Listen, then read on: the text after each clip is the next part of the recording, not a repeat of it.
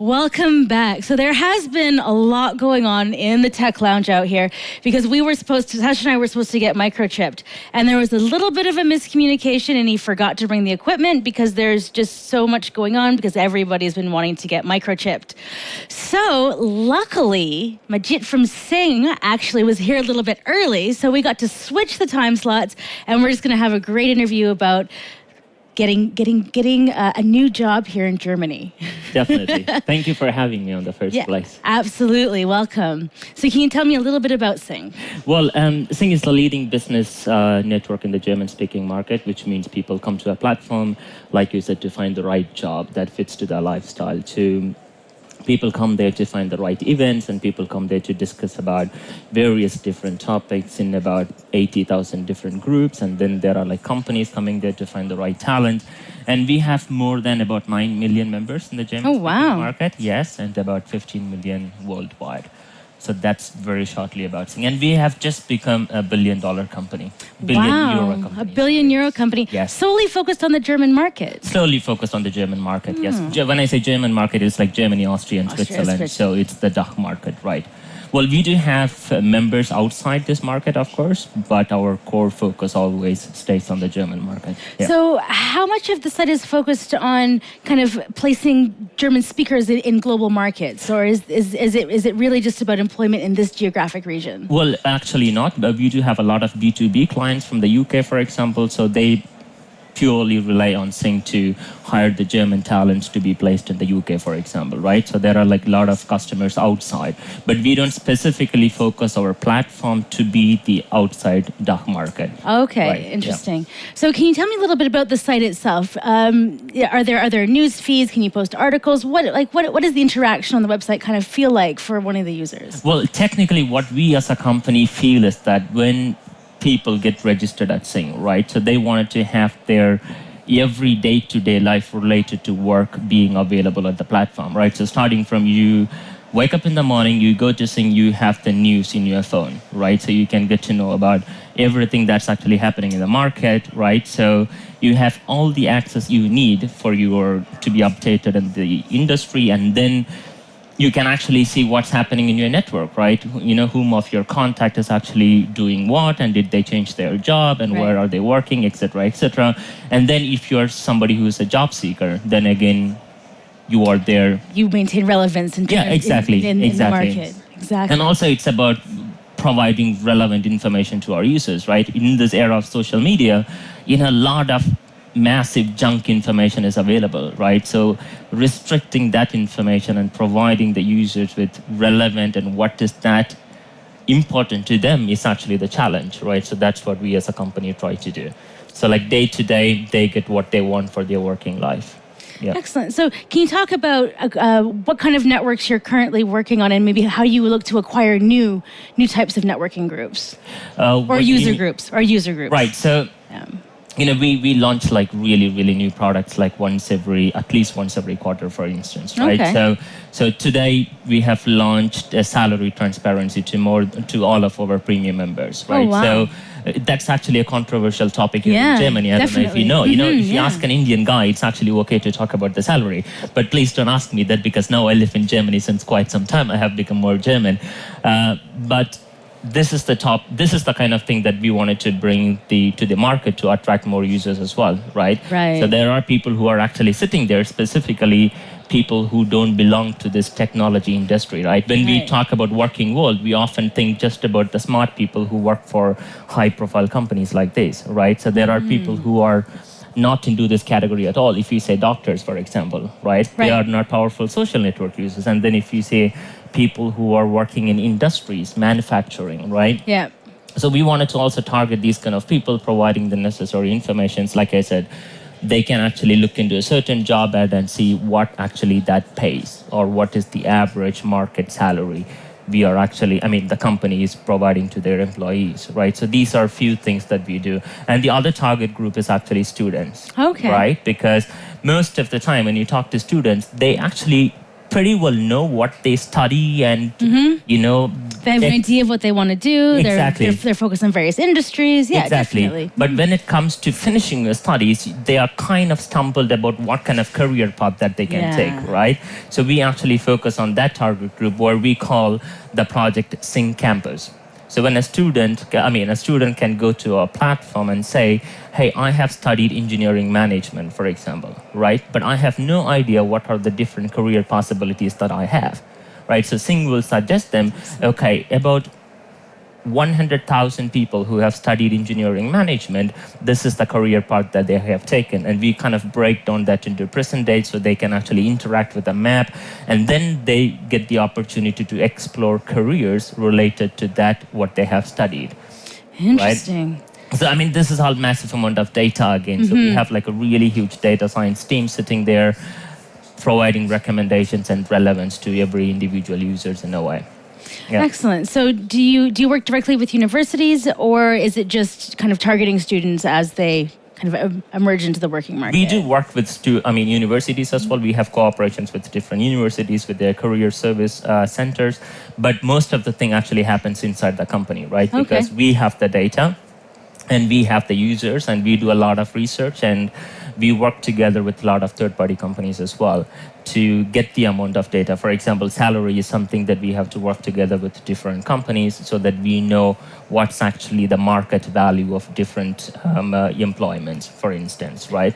So we kind of approach different people and different companies to get all these informations. This is actually very controversial for the German market. I mean, other European countries handle the notion of salary quite differently. Like in Norway, there's a website that you can go to and see people's individual salaries and how much they're making, and it's 100% transparent. But in a market like Germany, privacy laws are quite high. Correct. And how are you managing this with how's that going? I think that's actually the challenge. Interesting fact is we do a lot of surveys, and one of the surveys that we did was we asked professionals and managers if they would be willing to talk about their salary openly. And 27% of them said they would be willing to talk about it. Really? So that's actually a good improvement, right? In the German market, where you would never expect that somebody wanted to talk about their salary.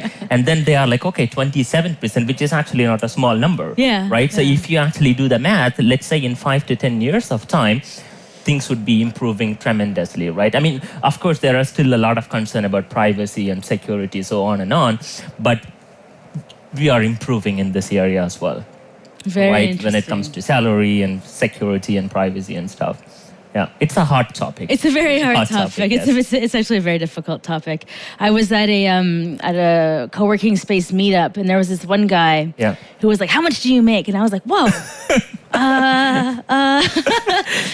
I think it was more to his point, like how are you surviving as a journalist, right? Because when you say you're a journalist or a blogger, they're just like, are you doing that professionally? So sometimes this question comes out, but he was very German about it, and I was like, okay. I think in Germany people definitely don't talk about that at all. They are just like far away. It's like a kind of very, very personal question, right? Okay. And also on the other hand, like I said, in other countries, like you said, in Norway and also in Sweden, for example, you can actually ask about anybody's salary, and you can technically send a request to the kind of government, and they will actually keep the salary transparent, right? But here, not there yet. But I think we as a company, we are seeing the trend that it's actually going to be a lot better than how it was before or how. So are you doing salary transparency for the same reason that the Scandinavians are, in order to kind of break down notions of gender equality, and that was to me one of the big ones, that why I asked why, because even still publishing a salary is it's fairly personal, even if you do or don't want to talk about it. To have it publicly online, I felt a little too far. Yeah, I'm totally with you on that. But for us, it's not just because another country is doing that we wanted to do that as well. For us, as a company, our claim or the vision is for a better working life. Okay. Right? So that's what we as a company believe in. So we wanted to keep the working world transparent, right? Few years ago, when you read a job description and you you absolutely love the job description. Absolutely, yeah. You're just gonna send your resume to the human resource department, and then after joining the company, you realize the company is just crap.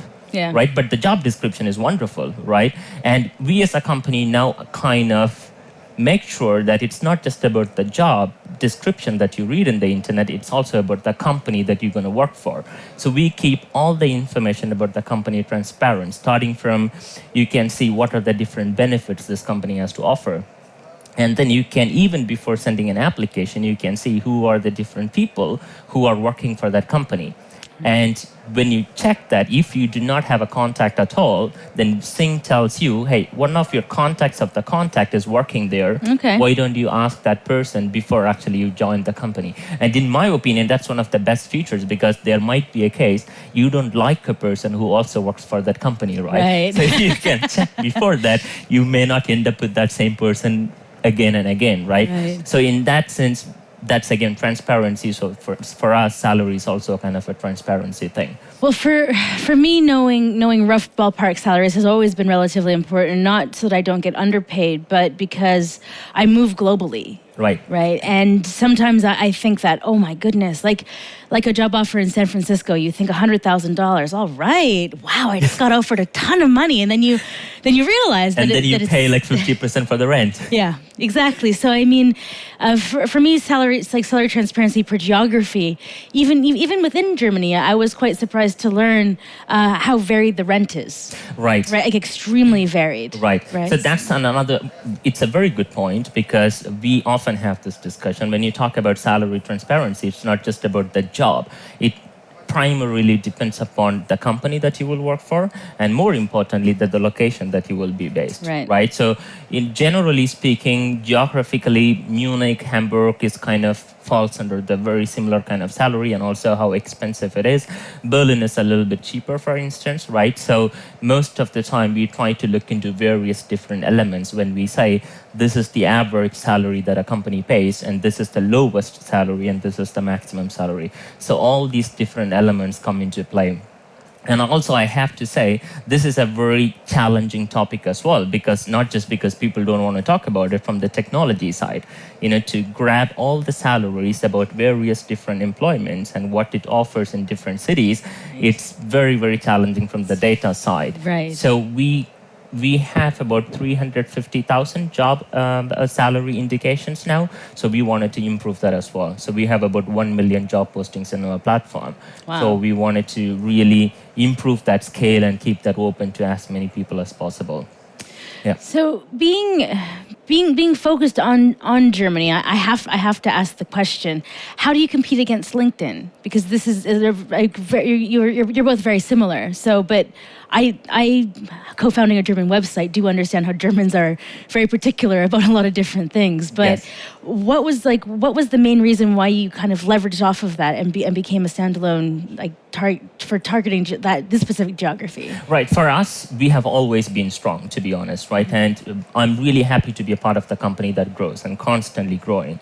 And specifically in the last 3 years, we have grown like never before. For instance, we had about 59% of the member increase in 2015 when compared to 2014, and about 21% revenue increase in 2015, right? So for us, it's about providing to the users what they actually want. And like I said, we focus on the German market, which means we know what the German people really want. And we are not actually going to different countries once every month and trying to push different products and seeing whether it works or not.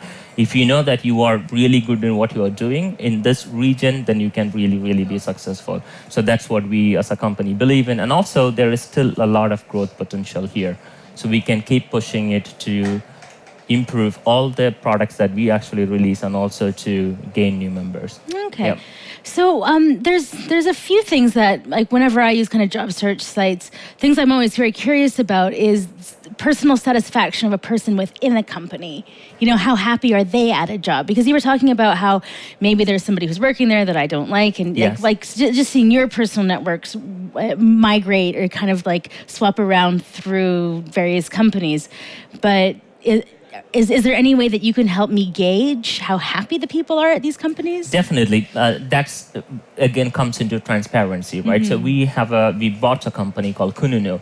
So that's the employer branding company. So their primary job is actually to get reviews of the people who work in a specific company, right? So now the employees have the chance to rate what that company is good in, right? Like I said, in the earlier days, you read the job description and the company says a lot of fancy things. We are really awesome in that. We are really good in this. Yeah. But after you join the company, you kind of realize it's full of crap. Yeah. Right?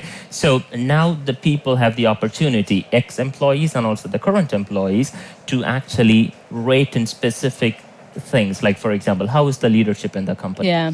Do they have like benefits? Is there like a company doctor? Like, including, can I bring my dog to the office? Yeah, right? very And now important that's like a question, trendy thing, right? Very trendy, yeah, right? So these exactly. are the things that people can actually rate, and also they can actually comment about the specific things that they specifically don't like. So before you join a company, you can read through these reviews. It's about like Amazon, right? Before you buy a product, you read a lot about what other people are talking about Definitely. it, right? When we do that for a simple product that we buy online, we should be more careful about the companies that we join in, right? You're So absolutely right. these are the things that we actually as a company try to put that to the public so that everybody can read everything and then make a conscious decision if this is the career path that they want to take. So bringing your dogs to work is becoming more popular. What other trends are kind of on the up and up here in Germany? Yes, the dog thing is becoming really, really trendy, to be honest. It's actually not just in Germany, everywhere. Kind of everywhere, And yeah. every employer branding profile that you see, they put there, bring your dogs to work. That's going crazy. The other thing is, very attractive thing is flexible working time. Okay. Right? Nobody wants to sit in the office from 9 to 6, Yes. right? Specifically younger mothers, for Yes. example, or younger fathers, for example, right? When they have a kid, they wanted to drop the kid at the kindergarten and then go to work at 10 or 11, right? Exactly. Or they wanted to go home at like 12, pick the kid and then do home office, right? So that's another attractive thing that's actually happening in companies. And the more they promote things like that, the more the companies are becoming successful. Excellent. So thank you so much for taking the time to join me and kind of, tell me that dogs coming to work is a thing here in Germany. Yes, it is. and to be honest, everything you've talked about, the privacy and transparency among salaries, it's very interesting to see such a traditionally closed market become a little more open around this topic. That's what it's going to be as well, more and more open, connected, and a transparent world. Excellent. Magith, thank you very much for taking the time to join us. So we're going to be returning back in a few minutes where Sasha and I are going to be talking to the co-founder of Dangerous Things and potentially getting a RFID implant in our hands. I'm a little afraid. I'm not going to lie. It's minor surgery live on air. Let's see if one of us chickens out. I bet you it's going to be Sasha.